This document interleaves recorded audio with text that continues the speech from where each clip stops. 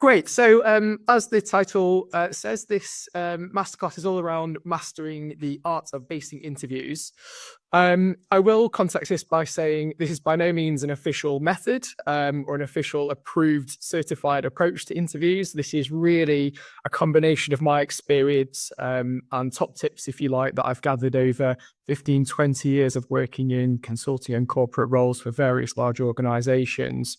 So I thought it was an opportunity to share what I've learned during that journey with this community. And as I've met of many Pollen community members before, hopefully this resonates with all of you, but feel free to share wider, if you've got something from this and you think that others would benefit from it too.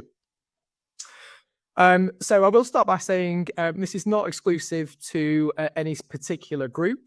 Whilst it might be aimed at those kind of coming out of university or school and looking for entry-level or starter jobs, this type of information and advice is available and applicable to anybody going through interview processes. So by the end of this masterclass, hopefully, you should have a number of different talking points and sources of information and experiences that you can draw upon to talk around yourself and be confident talking about yourself.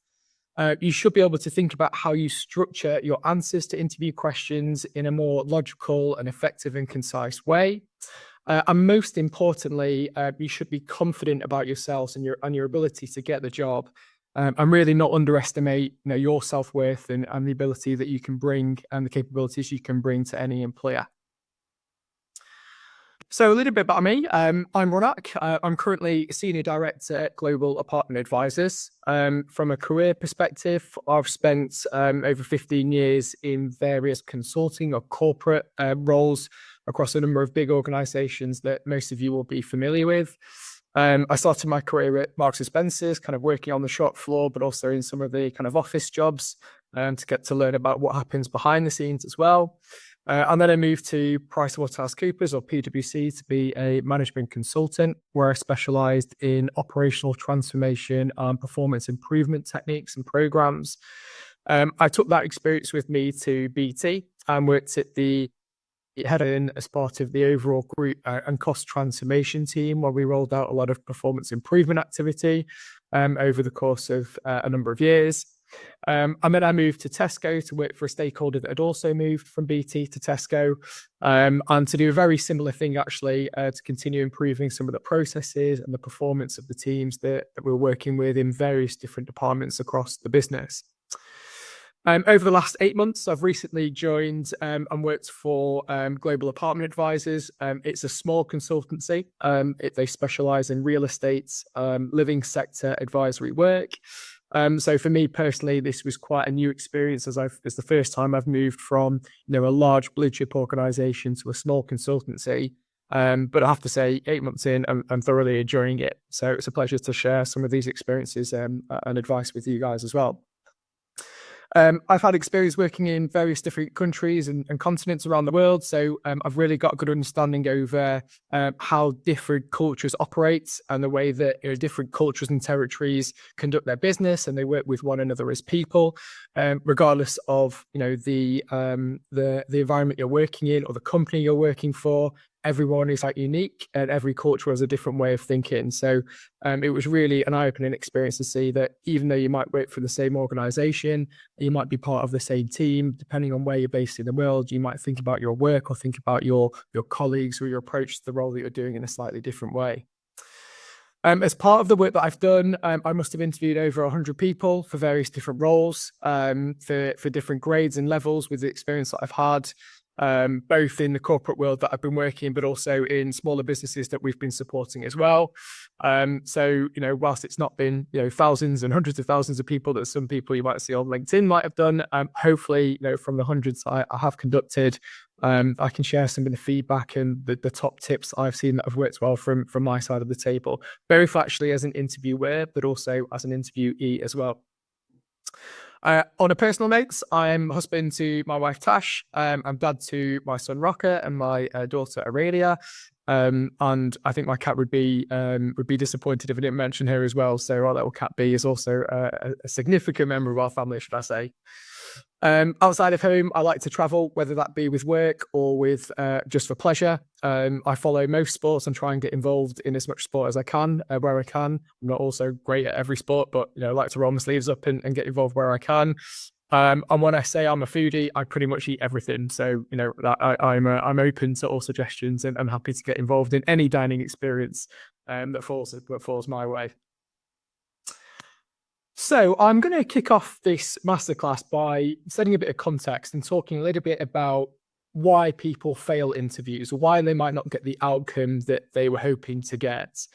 And there are many reasons actually as to why this could happen individually for you, from a personal perspective, but generally from the experience that I've had and I've seen, and from the feedback I've heard from others, there are three main reasons why people don't get the outcome that they're looking for from a particular interview.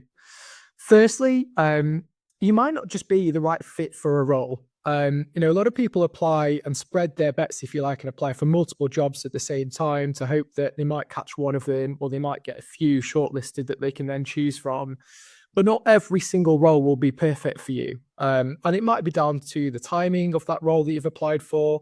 It might be due to kind of the scope of the role or the size of the role that you've been interested in. It might not be the right alignment in terms of level or experience, or even sometimes, you might walk out of an interview thinking, oh, I just don't know if that was the right place for me. And you don't really know that until you've been into a building and spoken to somebody and got a real feel for what it's like on the other side of that door of the office or the shop or wherever it is that you're interested in working. So it's really important to understand the roles that you're applying for in detail before you even enter the interview, and really understand whether they're right for you.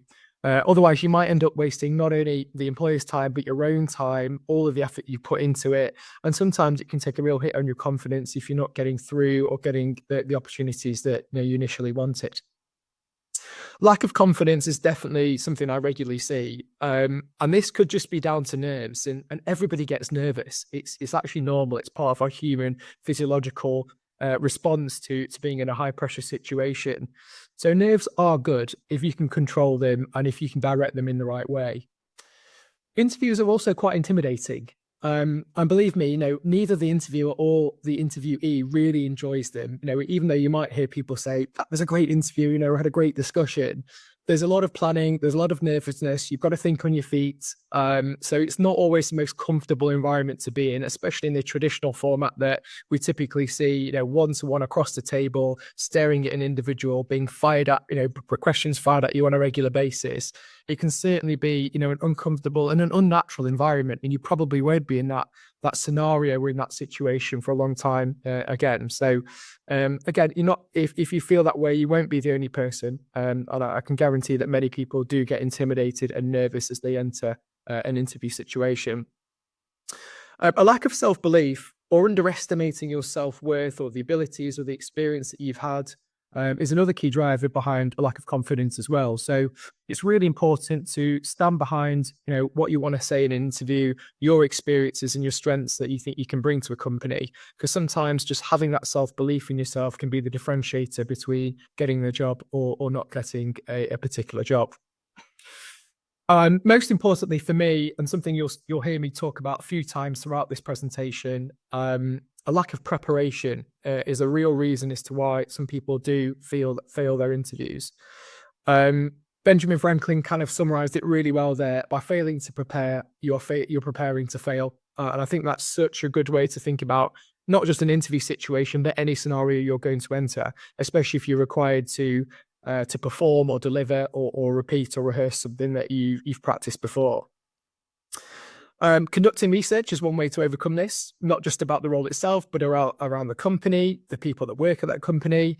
So it's really important you go into an interview confident that you feel that you know enough about the business and enough about the role that you're applying for. And it's not just, a blind shot in the dark, if you like, to see whether you're the right fit for that particular job or that company. And practice is really important. Again, I'll say this a number of times throughout the next kind of half an hour, 45 minutes, but it's almost impossible to go into an interview without rehearsing and practicing in advance. So the more times you can practice, the more confident you will be, and the more you'll validate actually whether you're the right fit for a particular role or not. So there's some kind of common reasons why people might not You might not pass the interviews first time. And hopefully, for those who have been through that process before, you resonate with some of these reasons. So how can this 4-3-2-1 method help? So in a nutshell, whether you're not the right fit for the role, this should hopefully give you an opportunity to learn about yourself and what you really want to do in life and from your first jobs. A lack of confidence, this should give you a database of things that you can be proud to talk about. So it's about yourself, it's about your life experiences, which I think are really important. It doesn't always have to be work related. And from a lack of preparation, this should give you a framework and an approach which you can then logically and effectively practice. You can rehearse this. It's something you can repeat on a regular basis. And it also gives you a baseline and a set of standards for you to think about how to improve your approach to interviews if you're not successful after the first few times. So the method itself, I'll jump straight into the summary, and then I'm planning to break down each one of these 4 elements throughout the next couple of slides. So feel free to, if you haven't already, get some notes out, a blank piece of paper, maybe open up a blank email or a notepad, and write down some examples as we go through this. And hopefully we'll get some time at the end of the session for you to ask any questions or you to contribute on any thoughts that you might have that will help others on the call as well. But what does 4-3-2-1 stand for? So the 4 is for life experiences, sorry. So what experiences have shaped you in life? What are you most proud of? And I've emphasized the word life on this particular box because this is not just about your work experiences or work related activities you've done. Interviewers will want to know more about the individual and more about you as a person, and things outside of the office or outside of the workplace can certainly contribute to your development and might be an asset that somebody's looking for. 3 parts to every answer. So it's important to set the context, it's important to describe your action, and it's important to summarize the outcome of your actions. And if you can think about how to weave that into a cohesive story as well, you really answer every question in a structured way, and you're giving the interviewer the information in a concise way, and it avoids steering down the route of maybe blabbering a little bit or talking around the point without really getting to it as effectively as you can. One of the 2 things that you want to know.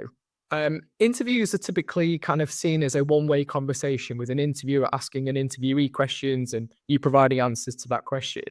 But on the other side of the table, you're going to join a business or you're hopefully going to join a team where you're going to contribute to that business as well. So it's important that you find out as the interviewee what you would like to know about that business or the role or even the team or the people that work within the business itself. So it's important to come prepared with a number of things that you would like to find out. And you might get that from the conversation itself, but you might have an opportunity to ask those questions at the end of an interview, for example, as well. And then finally, you have one objective, and that is to get this job. If you've approached an interview in a positive way, if you've thought about how you're preparing logically, you've put effort into researching a company and researching the role itself, you already have a good chance at passing this interview and being successful before you've even walked through the door. You're much more likely to come out confidently and portray a positive approach to the way you've approached the interview if you have done the research and you've got a positive mindset about how you've conducted yourself in the business and the role itself. So feel free to write down as we go through this, and I will jump straight into the first one, which is around the 4 life experiences. So 4 life experiences. Now, this can come from a variety of different sources. And as I mentioned before, it doesn't necessarily have to be a work-related experience or an achievement that you've got. So have a think about the things that you might have done that are work-related. It might well be activity related. It could be general life activities or achievement that you've done, or it may even be something aspirational that you're planning to do that you haven't quite achieved yet, but it's something that's on your to-do list or you've been planning or saving up to do. I've put a few examples here that might trigger a few thoughts for you individually, but if you are writing something along with this, I would suggest you kind of maybe list 1 or 2 or maybe 3 things in each one of these buckets that you'll feel confident talking about and elaborating on if an interviewer asks you a few more questions and wants to dig a little bit deeper into that particular experience. So when it comes to work-related things, if you have done any work experience, definitely worthwhile thinking about some of the relevant ones that would be useful for that particular interview itself. There are things like charity experiences and volunteering that always are a good topic to talk about, because they give you a really good experience outside of a typical workplace, if you like. There might be events where you've been involved in some form of problem-solving activity, or you've had to manage a project, or you've even had to look after or manage people, whether that's in a work environment, or it might be an activity centre, it might be childcare or something along those lines. These are all kind of generic skills that workplaces will be looking for and interviews will be looking for to see whether you have an experience or you've got examples that you can talk through that they could apply to their particular workplace. Activity related. Sports always one good to talk about, whether they're individual or team sports. They give you, really good grounding from both sides, and you learn a lot from experiences from conducting a sporting activity. If you're not so sporty, there might be some interests or hobbies that you can talk about. And the more unique, actually, the better, from my opinion. So don't feel like you have to provide generic interests and hobbies, such as, I like to read and I like to travel. That's great. And a lot of people do. And if that is something you really like to do, of course, you should talk about it. But if you've got something quite unique, or, you've got an experience or you've done an activity that is slightly different, actually, to the norm, and you're comfortable talking about it, I would certainly add that to the list, because it will just give you a differentiator against the generic answers that an interviewer might get from your peer group and other candidates that they're interviewing. Traveling is always useful. You learn a lot from travels, whether it's about culture, whether it's about organizing time and budgeting money. So anywhere you've been already or you're planning to see, definitely worth highlighting some of those areas. It doesn't have to be, exotic destinations. We're not talking about going to, the Caribbean or Australia or somewhere, completely wild. You might just have a desire to travel around your local area, to learn more about your local city, to learn a lot more about the UK. And all of those experiences are valuable, and you might be able to inform and upskill the interviewer if you've got something important or something useful to share on that side as well. Life-related achievements. So anything personally you've done in your life that's worth sharing, that you're really proud of, definitely have that on your list as well. It might be school or university related, whether you've been a house captain or a team captain, or you've been part of a club or an association at school, for example. You may have family responsibilities, that are worth talking about, that have developed and have shaped you and have given you, real grounding in slightly different areas outside of a work-related context. All of these are really useful things to talk about, and it shows how you've applied different skills and different competencies in different scenarios. And at the end of the day, you come to work to do a particular job, but you live with people and you'll be working with people who have different experiences. And that's where you might be able to find common ground and actually provide, a really good topic to talk about if you can open up into something outside of your immediate work domain. Have you ever had to deal with conflict or a really challenging time? Have you ever had to deal with failure or mistakes, and how have you overcome that? And has there been a positive result over the back of that? And that's always really nice to talk about as well, because it's good to be honest about, examples where things haven't gone so well. Nobody's perfect in life, actually, and the interviewers will probably expect you to have an answer to some of those questions, because they want to know how you deal with scenarios that are not perfect, and how you deal under pressure when things are not going your way. So really think about, those times where you've had to deal with environments or scenarios that have made you slightly uncomfortable, or you weren't expecting, and how you dealt with them and what the outcome was. And you might have a list of aspirational things. So are you training for something? It might be a certification. It might be a marathon. You might be part of a team. Something you've not quite achieved yet, but you've put down, a plan. You've put down a route to get to that particular goal. You may even be saving to go somewhere nice. It might be the Caribbean. It might even be somewhere more local, wherever you're saving to go for. But all of those kind of activities and experiences demonstrate that you're setting yourself a goal, you're setting yourself a target, and you're working out, a way to achieve that goal and achieve some of the aspirations in life that you've set for yourself. It's also really good to demonstrate that you're thinking big, you're thinking longer term, and you're not kind of in the moment too much. And you've got aspirations that you're kind of planning to achieve, which is a good asset and skill to have both in and outside of the workplace. So 4 life experiences, there's 4 categories to choose from there, but you might have, 3 from one category, 2 from another.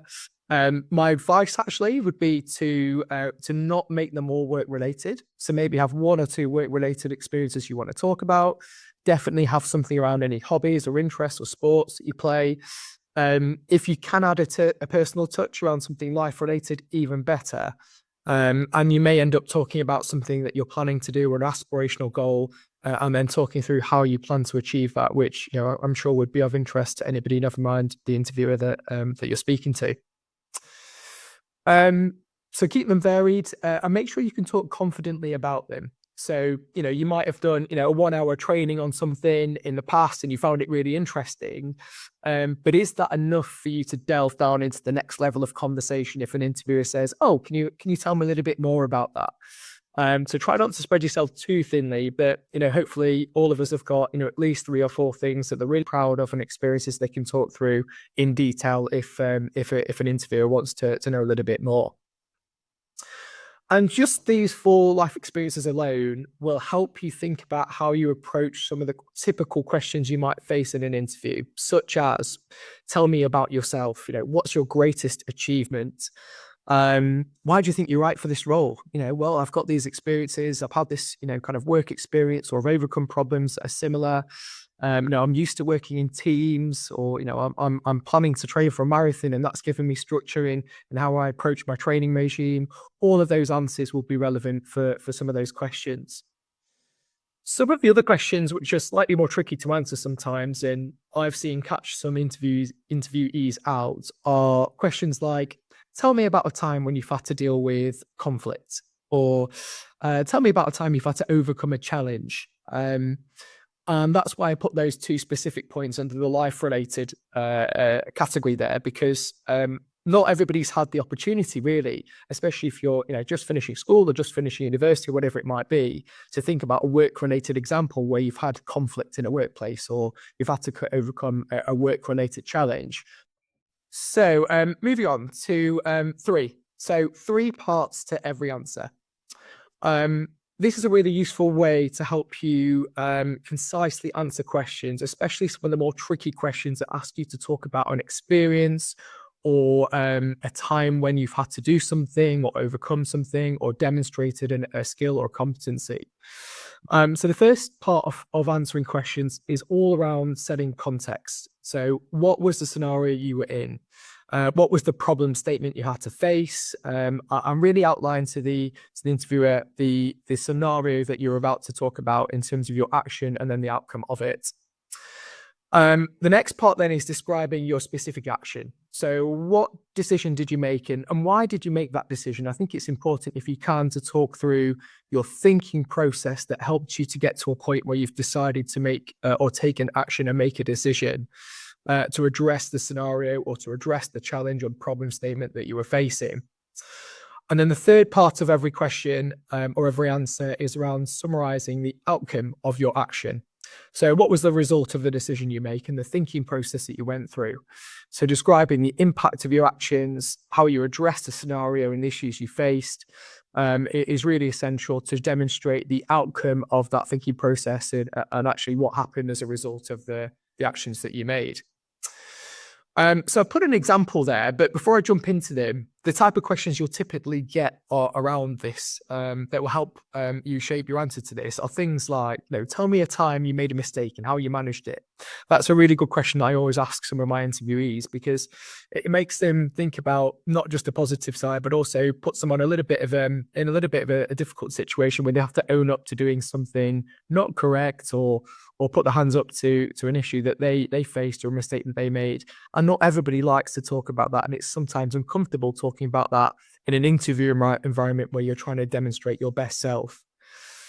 Tell me about a challenge or a conflict you faced and how you've dealt with it, or talk about a time you showed leadership. These are all great examples of where you can really break down your answers in this 3-part way. So I've just put an example here that is actually a real life example from when I was working at Marks and Spencer's.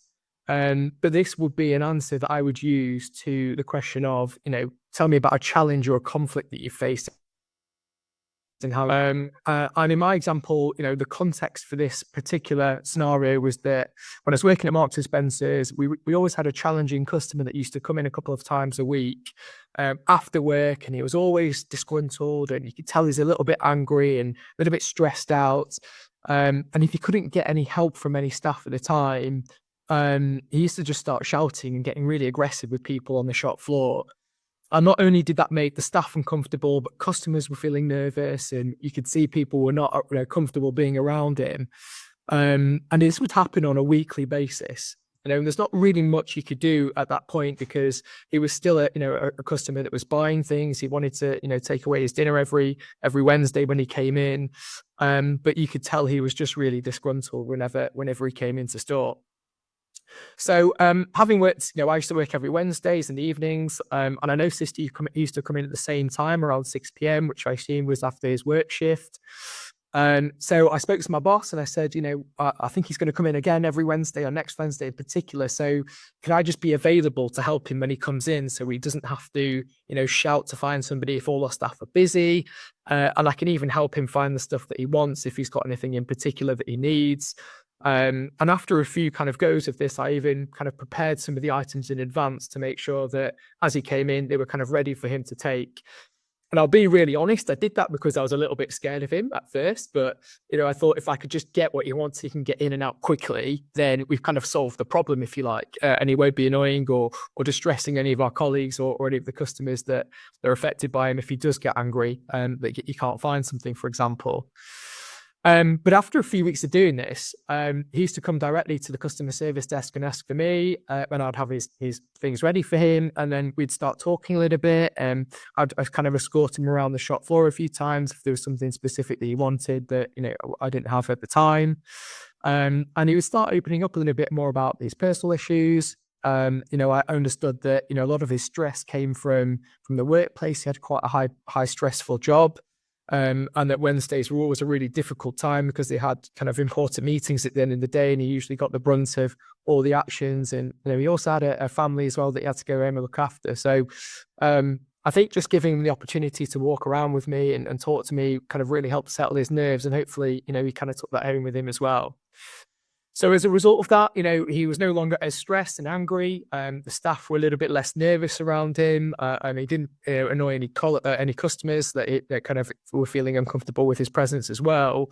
And after a few weeks, he even approached my manager and gave me some great feedback, which was a real personal kind of reward for me. And it was the first time anyone had kind of done that in my professional career.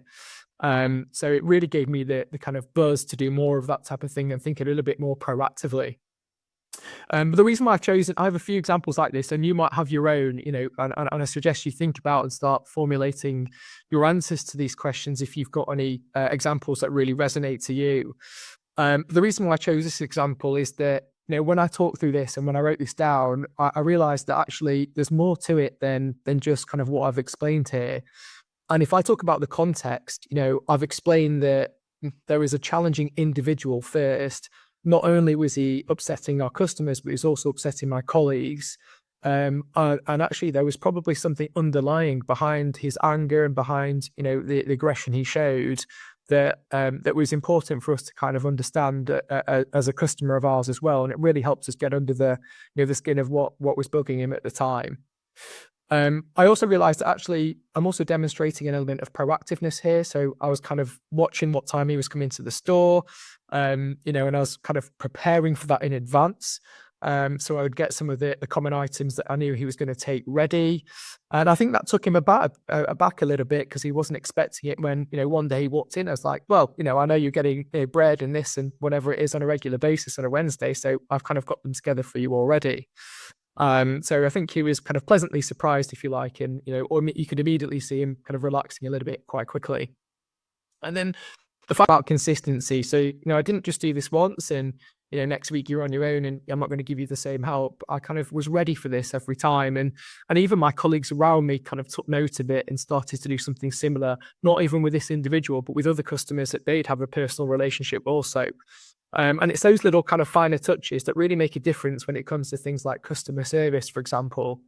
So the outcome really was that we had happy customers, we had happier colleagues, our relationships were strengthening with those kind of personal customers that we wanted to speak to regularly and help out regularly. And then personally, I got the recognition, which, I wasn't expecting, was a really kind of nice outcome personally, to receive from that particular challenge or that particular conflict that we originally faced as a customer. So that's one example, but there might be many more that you can think about. But the important thing here is that you think about how to answer questions like, tell me a time you've made a mistake and how you've managed it, or tell me a challenge or conflict you've faced and how you've dealt with it, or tell me about how you've showed leadership, and questions like, tell me about questions, or tell me about an experience or a time or an event. You think about answering those in this way. So what is the context? What was the action that you delivered, and what was the outcome of that action? And a few top tips to this as well, because it can get quite nerve-wracking sometimes if you put on, on the spot or under pressure. Try and keep it concise and snappy. So set the context quickly, explain the scenario in a couple of sentences. Don't blabber on for too long about, the environment and the scenario and the problem statement, because then you're going to detract from the action you actually took and the thinking process you went through and the benefit that you saw as a result of that. So keep it snappy, keep it concise, but focus on your specific actions, focus on the thinking process that you went through, and the results and the outcomes that you saw as a result of making that decision. And if you're comfortable with this and you've had an opportunity to practice it a few times, it's always nice to weave your answers into a story. People really resonate with stories because it brings a scenario to life. It makes it less rigid. So you're not kind of just saying, here's the context, here's my action, here's the outcome. If you can weave it into a story, and still be concise with the way that you're delivering that particular answer, it will resonate a lot more with the people you're speaking to or the interviewer on the other side of the table. And where possible, bringing in a personal touch always does add a lot more value, because it demonstrates that you've not just thought about this from a professional perspective, but it's affected you personally as well. And you're kind of drawing on the emotional strings of the person interviewing you there, as well as the formal kind of interview related professional strings too. So just a quick recap. We have 4 life experiences to draw upon. We have 3 parts to every answer that's talking about an event or a scenario or something that you're explaining you've done or an action you've taken. And then it's important to think about the things that you would like to know about a particular business. So as I mentioned before, this should be a two-way conversation. So you've got to leave that meeting room or that interview scenario with more information that you went in with as well. So something you couldn't really find out before you went into the interview that's relevant for you and the role that you're taking. So have a think about this in a few ways. So is there anything about the company or the role itself or the people you'll be working with that you really want to know, that when you're in the role that will be important for you and you can start preparing for? So when you think about the company, you should always conduct as much research and analysis as you can about the company and the role itself before you go into it. But what are the things that you can't find out from a website or from the internet? Or from the resources that you found online or whatever it might be. These are just a few examples here, but there might be things that are specific to you and specific to the company you're applying for. But typically, it's very hard to know what a company's longer term ambitions for and their vision, not just for the next year or two, but where does this company want to be in the next 3, 5, 10 years? And then you can lead on to questions like, well, how can I contribute to that vision? And where do you see me, adding value to that vision in the longer term? Which is always a really nice way to demonstrate to the employer or to the interviewer that you're thinking bigger than, just what's happening today or in the next couple of weeks. One of the biggest challenges this company is facing now, companies don't like to talk about the things that are going to affect them or challenge them. They just like talking about on the websites what they're good at and what they're great at and what's gone well and what's happening, in a positive way. So asking something like, what challenges have you faced is a really nice way to get behind the scenes of an organization and really understand some of the problems that they face on an operational or a strategic perspective. There's so much information and activity happening now globally, around the world. So, if you're applying to a bigger company or a company that's related to some of the big events that we've seen recently, Always useful to talk about some of the top hot topics in the news right now.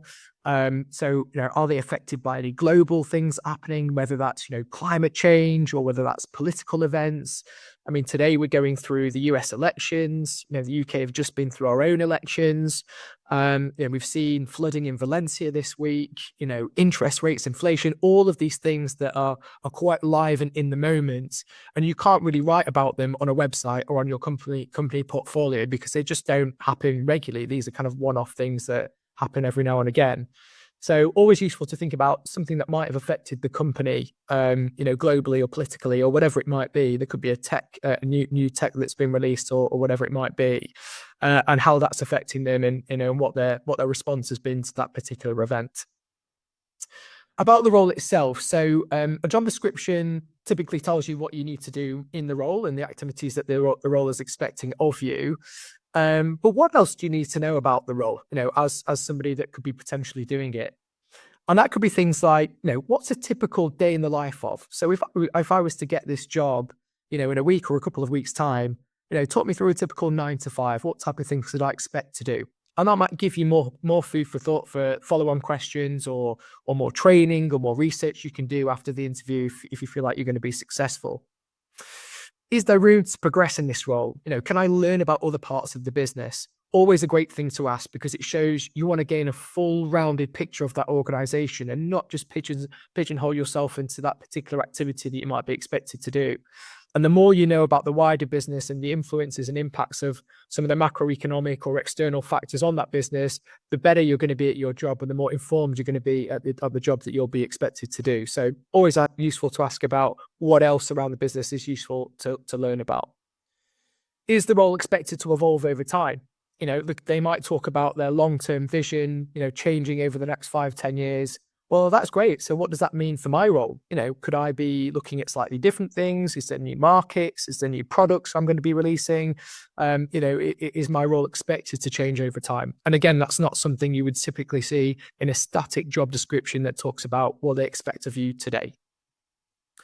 And people, people is very hard to describe, and culture in particular, is a key driver behind the success of any business. A great culture will deliver a great outcome from any business.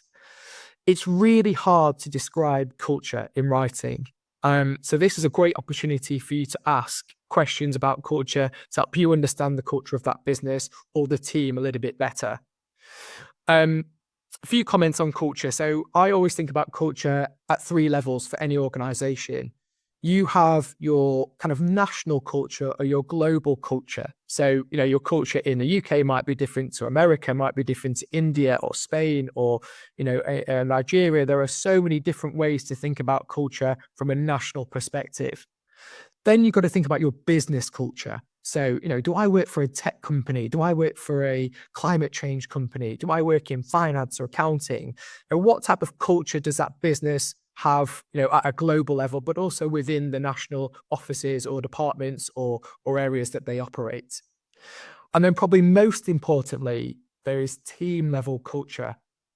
I'm a big advocate of individuals working for their managers, not necessarily for their company. You could join your dream company, but have a terrible manager and you won't enjoy the job. So it's really important to understand the culture and the people of your specific team. So asking questions like, what is the team I'll be working with like? What's the culture of the team? Where are they spread? What's the demographic like? Is it majority male or female? Different questions to get under the skin of the team itself is a really good way to understand the culture of that specific team that you might be joining. It's always useful to ask the interviewer questions about their own experience as well when you're thinking about the business you want to join. So asking questions like, is there anything about the company culture that they like or that stands out for them is a really useful way to kind of turn the conversation around and get them to talk a little bit about more of the behind the scenes stuff that you might not have seen on the internet or you can't find from a company website. Depending on what type of rapport you've built with the interviewer, asking the interviewer about their story is really useful. How long have you been here? What's your experience been like? What has your pathway been? Is there anything that you'd recommend that I think about if I wanted to follow the same journey as you have? And again, that just gives them an opportunity to talk about themselves and and makes it a bit more of a personal conversation. But you're also then understanding a little bit more about what it's really like to work at this organization. So you'll typically get questions, such as, that's an obvious one. Do you have any questions of your own? Well, yes, I have a few questions to ask now, but is there anything else you'd like to know? What do you already know about this business? So I like to start by asking, talk to me about what you already know about our organization and where you think you can add value. And, is there anything you'd like to know about the business that you haven't already found out? And that gives the interviewer a real opportunity to understand, really what the candidate's thinking about this business and what they would like to know and where they see their position in the business once they join. Some top tips here. So it's really useful to be inquisitive. So always ask for clarification questions if you don't understand something in the interview, or you're not quite sure, what the interviewer is asking of you. And don't just kind of wing it, if you like, or leave the unanswered if there's something that you really wanted to know that wasn't quite clear from their description. Tailor your questions if you can to the interviewer. So if there's a particular topic that you've talked about, or the interviewer has said something about themselves, there might be a relevant question that you've got in your list of things that would be useful to ask that specific person. Show that you've really thought about it. So, not just generic questions about, how big is this organization, or, there could be generic questions that you typically have, but, is there something that you really isn't just the same question that you would ask it at every interview? Really think about what's specific to that particular interview or that particular role that you're interested in taking. And you might get mixed schools of thoughts here, but I'd say especially for the first interview, if it's a one-off, or if you're going through a round of interviews, don't ask about things like pay or time off, because they will come later, and you have an opportunity to negotiate those.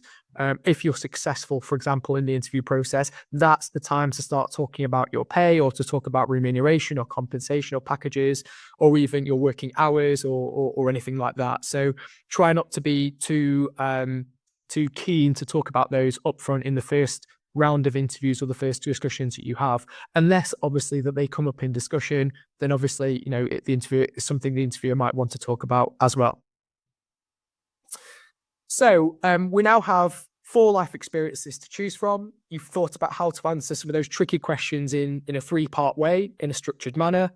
You then have 2 things that you really want to find out from the business itself. The final bit, and I'm just going to check you can hear me clearly before I go on to this last one, because it seems to happen at the end of every slide. So great. Okay. The final bit then is about one objective or one purpose or vision from this interview, and that is to get this job, to get the job. If you've approached this interview positively, as I said before, you'll already have a better chance at success than those who haven't. And if it's an interview, if it's a role that's got hundreds of candidates for it, you'll already put yourself in the top half or the top percentage of those candidates if you've approached your research and your preparation in the right way. So three things I'd like to talk about here. Preparation. It is essential that you do as much research as you can about that particular company, the role, or the people, and all of the elements we've talked about previously before you get into that interview environment, or before you get into the interview itself. This can be done through a number of different ways: internet research, websites, journals online resources. There might be online community forums, for example. But I've put there, just be wary of some of the forums that you might see online. I mean, and there are a number of communities, and there's resources like Glassdoor, for example, that can talk about people's experiences at different levels of an organization. But I tend to find that it's normally the people that are disgruntled or haven't had a great experience in a particular business that tend to share their concerns and share their worries online a little bit more vocally than those who are having a great time. And that's the same with every kind of review process or feedback process. You don't really talk about it if things are going well, but if you've not had a great experience, you really want to tell people what went wrong. So sometimes take those with a pinch of salt, but there is also some great information about what people have enjoyed and how they've approached a particular environment or a particular interview or a business in community forums online as well. Speaking to friends, families, community members, your fellow Pollen community members are a great place to go. They might have been through interviews or looked at businesses that you're also interested in. So always useful to hear about their experiences, any insight they found, any research they found useful. And you never know when that will come up in an interview, and you might be able to reference that even from a 5-minute discussion with somebody who was interested in the same role. Practice will build confidence and will help you manage those nerves. It goes without saying, for anything you do in life, if you go and try and wing something, you'll inevitably be nervous and you may get caught out, and who knows how you might react to that in a scenario where, you're not comfortable with an answer or you're not sure what to say. So always practice, and practice as much as you can. I know that, not everybody has enough time to go through, hours and hours and hours of training or rehearsals and practice. But, at least 3 to 5 times of practicing answers, rehearsing your full life experiences, your 3 parts to every question, thinking about those questions that you'd like to answer or to ask, sorry. Practicing this as much as possible will just help you relax a little bit more and give you the confidence to answer those questions more confidently when you're in an interview environment. And a last piece of advice is, don't go into an interview unprepared. It's, from my perspective, it's better to postpone the interview or ask if you can rearrange it for whatever reason. I'm pretty sure that as long as, within the timelines, interviews would be happy to do that. If you're not ready to go into that interview, not only will you be unprepared and you might not be able to perform at your best and answer the questions in the best way, but an interviewer can very quickly see through somebody who hasn't done the same levels of research and preparation as somebody else. So you might jeopardize your chances of working at a particular business now and potentially in the future as well if it really goes badly. Visualize an attack. This is commonly used in sports environments where a lot of sports psychologists will help sportsmen visualize the event they're about to take on and visualize themselves succeeding at that particular event. For those of you like football, for example, I know that the likes of Beckham, David Beckham, Cristiano Ronaldo, and other top performers and top footballers do this regularly. You'll normally see, top professional footballers, before they take a penalty, for example, and close their eyes, and they will visualize scoring that goal. And that really helps them and sets them up well for the next 10 seconds that are about to happen, before they open their eyes and before they actually carry out that particular activity. And this applies in every scenario. It doesn't have to be sport related. Visualize, you going into that environment, having a successful interview, being confident about your answers and the way that you've approached this, and it will pay off if you've done it in the right way. So it's some cues here to think about. Think about what makes you the right fit for this role. What skills and strengths do you have? Where would you like to be in 5 years? Is this a sensible stepping stone to that personal vision? Can you see yourself in that role? And if you can't see yourself in that role in a few weeks or a few months, ask yourself why, and really challenge whether this is the right job for you or not. Behaviors that employers are looking for are really important. So mindset, having the right mindset is the final thing I want to talk about on this particular slide. If you're naturally excited and naturally keen and really kind of enthusiastic to get a job that you're really interested in, you will show this. You will show these naturally, as part of your interview process. So having, a level of energy, a level of positivity about the role, being enthusiastic about, your position there, proactiveness, having done your research in advance or speaking to people in advance and demonstrating that in an interview is always really useful. Being curious and inquisitive and asking questions about particular things that have come up in an interview shows that you're interested in what the interviewer's got to say. And having a natural excitement and willingness to learn is super important and really show in an interview if it's something that you're really interested in and you've got a keen desire to achieve. And some of the questions you might get that will help you, in this environment are things like, why do you want to work at this business? Why do you want to work here? What do you think you can bring to this company or to this role? Or why should we hire you? They're always really good questions that tend to catch people out if you're not prepared and you haven't visualized and you haven't thought about the strengths and the advantages that you can bring to a particular company. And some top tips, you should always feel like you already work for the company. If you've done enough, already know more about that company. And trust me, there are many people that already work at big organizations that don't really know a lot about the company they work in. They just know what their role is and what they need to do on their day-to-day activity. So having that broader understanding of a business gives you an advantage over others who are already. You can never do enough practice.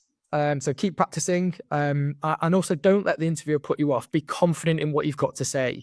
Some interviews can be quite strict, they can be quite stern, and that can be quite off-putting and make you quite nervous. But try and just relax and be confident that you've done enough preparation, so you'll be fine on the day. And something that I really appreciate, and I'm sure you would as well, and others do, and other interviewers do, is just smiling. Just having a smile, whether you have to force it or not, sometimes just goes a long way. So try and enter your interview with a smile. Try and exit with a smile, because that might be the memory that an interviewer takes with them when they're thinking about evaluating you against other candidates. So 4 life experiences, 3 parts to every question, 2 things that you want to know, 1 objective. That is the 4-3-2-1 method in a nutshell. So what now? And I'll quickly whiz through that because I appreciate we've hit an hour already. But what I'd advise now, if you've not already started to do this, is start to build your library of content. So write down that long list of experiences and things that you want to talk about, and then shortlist the top 4 that you're most comfortable elaborating on. It's always useful to have a few extra things in your back pocket in case they come up in conversation, or in case the conversation goes down a slight tangent. But really focus on the 4 things that you can talk about in a bit more detail, and make sure they're varied so you can bring them into conversations at different times of the discussion. Do your research. Be confident that you know enough about the business. Internet, community forums, attending talks online, speaking to friends and family, people's parents, for example, or relatives that might work in a similar industry or connected. Always useful, just to help you build a little bit more confidence and understanding over the industry or the business that you're applying to. And practice forming all answers, or those difficult answers to those difficult questions, in 3 parts, and trying to spin it into a story. Rehearse interviews on your own or with somebody else. Always great to ask a friend or family member to just throw a few tricky questions at you, for example, that will help you prepare for them, and just give you a bit of food for thought if you do face those questions in the actual interview itself. And have a think about those questions that you want to ask, and make sure you've practiced asking them in the right way, or you've shortlisted those things that are going to be really important to you to find out once you've entered that interview itself. And that's it. I'm going to leave you with a few final top tips that might just help you prepare and deliver an interview a little bit better. And these things have helped me in the past. So there are many other top tips I'm sure you'll find from others, but a few that I found quite useful are before the interview, write notes. I always find writing things down helps me remember things a lot better. They're just trying to kind of remember it in my head. Practicing at least 5 times. They say you've got to repeat somebody's name 5 times before you remember it against their face, and it's the same, I would say, with most things that you're trying to remember and deliver. So at least 5 times in front of a mirror or with a friend or a colleague if you have the time. Ask friends to ask you some tough questions and give you some scenarios that you might anticipate, or you might not anticipate, actually, that at least you've been prepared for. I'd also advise to seek others out who have been through the process on LinkedIn, via your community, via your friends and family. If you know people that have gone for interviews at businesses that you're interested in, or are already on the other side and working for that company, there's nothing stopping you from just reaching out to say, can I grab 5 minutes to just understand what the process was like, and some top tips from your experience going through that specific interview itself. And probably most importantly, and this goes back to the confidence element I was talking about at the start, don't underestimate yourself and your experiences. I've had some people say to me in the past, I used to be the captain of my football team when I was 15 or 16. I don't think that an interview is going to be relevant of that, or is going to be relevant, and they're not going to be interested in that. Or, I was in the choir at school, or I joined the chess club at school. They're all really important life skills and experiences that you should really elaborate on and be confident about talking. Captaining a team gives you great life learning skills and an ability to manage a team and lead from the front. Being part of a chess club gives you ways to think about things in a more mathematical and statistical way that you can apply into different scenarios. House captains, things like this, they all give you skills that are relevant. So don't ever feel that, anything is worthless talking about. If you feel comfortable and you feel proud about it, definitely something that you should put on that list. So don't ever underestimate yourself and the experiences that you've been through individually. During the interview, I would always advise you to arrive early. I'm not talking about an hour or half an hour, but maybe kind of 15, 20 minutes early. Settle in, make sure you're comfortable in the environment. You found the front door, you know where the reception is. So you're not panicking when you get there. Most of us have been late for something, and I don't know about you guys, but I'm always really nervous if I'm late for something and I don't feel prepared and I'm rushing. Sometimes I start sweating, I can't get my words out, and it just really, you start off a discussion in the wrong way. So, I would advise to get there, settle in, grab a coffee, read your notes, settle down, and relax your nerves before you go into an interview. I tend to find kind of talking to people is quite useful. So whether that's the barista behind the coffee bar or the receptionist, just having a little chat with him and just, kind of understanding what's going on today just helps you settle the nerves and gets you into the kind of the talking mode before you enter an interview as well. I always think shaking hands is a great practice before and after the interview. It shows kind of a bit of formality about the interview and shows that you've got confidence as well. So if an interviewer doesn't immediately want to shake your hand, I would put your hand out first and offer to shake theirs at the right time. But that can be quite a personal thing depending on who you are and what kind of interview you're approaching. It might not be possible, for example, over Teams, but you can do something similar.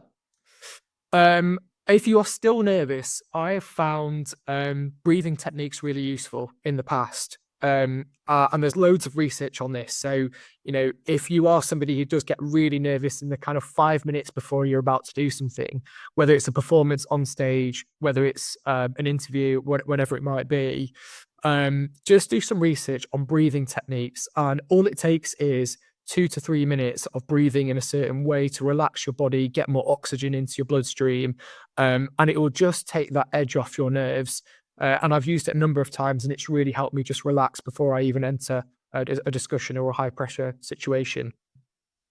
I always find trying to find common ground with an interviewer useful. And you might be the best opportunity that I found to do that is walking to an interview room or at the start of a call when you're having small talk. Yes, you can talk about the weather, you can talk about how their day's been, but you might find there's something, more personal to kind of find common ground about with the interviewer, which just helps both people relax a little bit more. And it might even change the direction of the conversation if you strike up a conversation before you start the formal questions. And again, really important, not to pretend to be somebody else. Be yourself, be your true personality and show your true personality.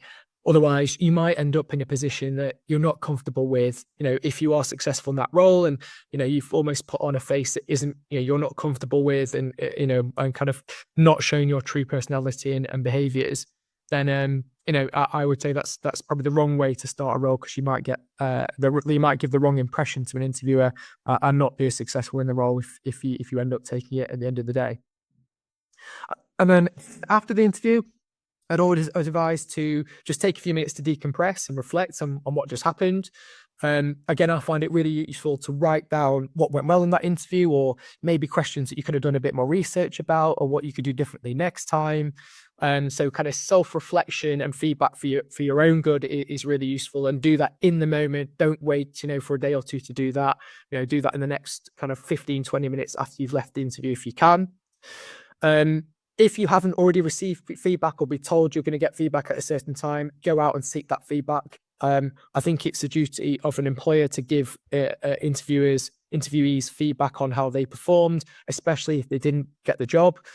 So you can use that and add it to your own feedback and think about what you can do differently next time. And finally, don't worry if you don't get the job. There will be plenty more chances. There is plenty more opportunity to either end up at the Roots or in the position you want to be, or to look for alternative jobs. And you never know what could be coming around the corner. And I'd always say, if you're not successful, there could be an even better job that comes on the market next week. So, whilst it might be the dream job on paper, you might not know that until you've been through the interview. You might not know that until you've got some feedback from the employer or from the interview themselves. But don't panic and don't feel like, you've let yourself down or let everybody down. If you don't get that job, there will be other chances. Okay, that's it from me today. So hopefully you found that useful. A bit sorry for the technical issues on the sound, but hopefully you caught most of what I was saying there. I'm sure I'm happy to provide more, and I'm sure the Pollen team or others in the community that can give you more techniques, and you want to learn more about how to approach an interview, or just get some top tips from those who have been through that experience before.